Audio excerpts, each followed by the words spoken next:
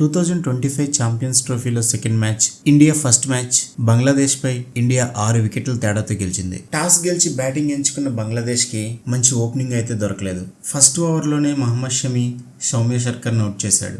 Second ఓవర్లో Harshit Rana captain Najmul Hasan షాంటోని out చేసి బంగ్లాదేశ్ ని దెబ్బకొట్టాడు. ఇలా 35 పరుగులకి బంగ్లాదేశ్ 5 వికెట్లు కోల్పోయింది.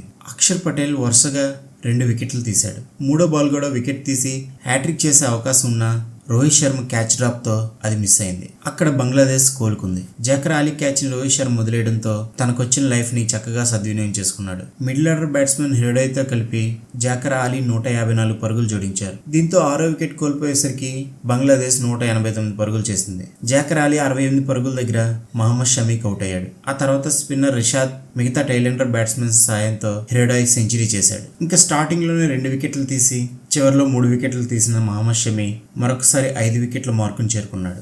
దీంతో వన్డేల్లో 5 వికెట్లు 5 సార్లు పూర్తి చేశాడు. హర్షిత్ రాణా 3 వికెట్లు, అక్షర్ పటేల్ 2 వికెట్లతో బంగ్లాదేశ్ 228 పరుగులకే ఆల్అౌట్ అయింది. తర్వాత బ్యాటింగ్ దిగిన టీమిండియాకి మంచి శుభారంభం అందింది. కెప్టెన్ రోహిత్ శర్మతో కలిసి శుభ్మన్ గిల్ 69 పరుగులు జోడించారు. రోహిత్ శర్మ 36 బంతుల్లోనే 7 ఫోర్లతో ధాటిగా ఆడి 41 పరుగులు సాధించాడు.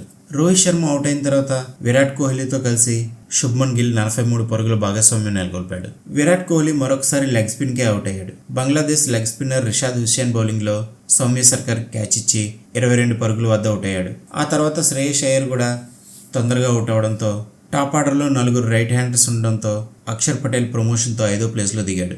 తన్ను కూడా రిషాద్ హుస్సేన్ కాటన్ బౌల్ చేసి వెనక్కి పంపాడు. 6వ ప్లేస్లో కేఎల్ రాహుల్ వచ్చి టీమిండియాకి శుభ్మన్ గిల్తో కలిసి విజయాన్ని అందించాడు. కేఎల్ రాహుల్ 47 బంతుల్లో 1 4 2 6లతో 41 పరుగులు చేశాడు.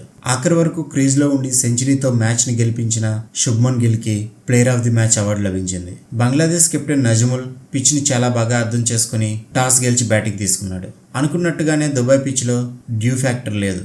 దీంతో బౌలింగ్ వేయడం బంగ్లాదేశ్కి కష్టమేం కాలేదు. సాధారణంగా దుబాయ్ పిచ్ మ్యాచ్ జరిగే కొద్దీ స్లో అవుతుంది. ఈ మ్యాచ్లో కూడా అదే జరిగింది.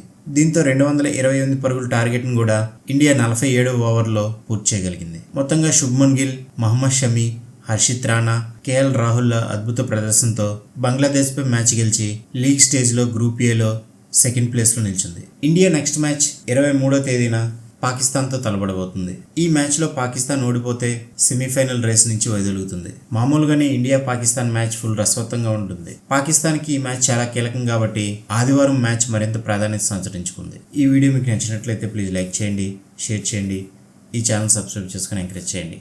Thank you.